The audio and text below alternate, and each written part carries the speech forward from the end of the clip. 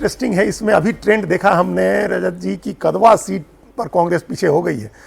बड़े नेता हैं शकील अहमद खान और उन्हीं के हिसाब से कांग्रेस अभी राजनीति कर रही थी। बिहार में सीएलपी हैं, वहां के सीएलपी के लीडर हैं और पीछे हो गए। देखिए अब तो एनडीए 160 मतलब जो बात आई एग्जिट पोल्स में 160 के पास पहुंच गई है। 158 159 पर आगे चल रही है। मोकामा से आनंद सिंह के चुनाव की सबसे ज्यादा चर्चा हुई है और वो आगे चल रहे हैं। तो मुझे लगता है अब वो जो रसगुल्ले बटने शुरू हो गए होंगे। बहुत बने थे, लाखों में बने। पीएम ने सौरभ 14 रैली और एक रोड शो किया। जहां जहां उनकी रैली हुई वहां जो मतदान हुआ है वो परसेंटेज अप्रॉक्स 70 के आसपास। समस्तीपुर 71%, बेगूसराय 69%, मुजफ्फरपुर लगभग 68%। तो जहां जहां उनके कार्यक्रम हुए हैं वहां वोटिंग में जबरदस्त इजाफा देखने को मिला। तो आप समझ सकते हैं कि इंडिया के लिए कितनी बड़ी ताकत है कि उनका एक प्रोग्राम हो जाना। जैसे कटिहार में जब उनकी रैली रखी जा रही थी तो कई सारे नेताओं को ये डर था एनडीए को कि पता नहीं भीड़ आएगी कि नहीं आएगी। एक दिन पहले तक पूछा गया कि रैली तो आप लोग लगवा रहे हैं, प्रधानमंत्री के हिसाब से भीड़ होगी ना।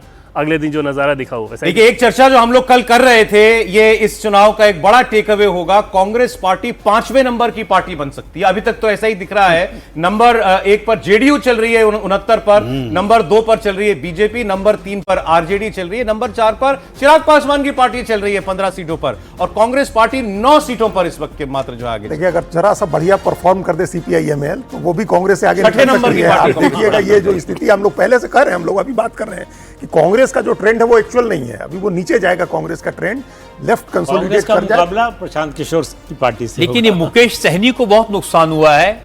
वीआईपी 0 जी। अब एक सीट उनकी जो थी अपने भाई को जहां वो लड़ा रहे थे उसी सीट पर तेजस्वी यादव ने उनके भाई को बिठा दिया। मतलब ऐसी साजिश हुई कि बिठाना पड़ा।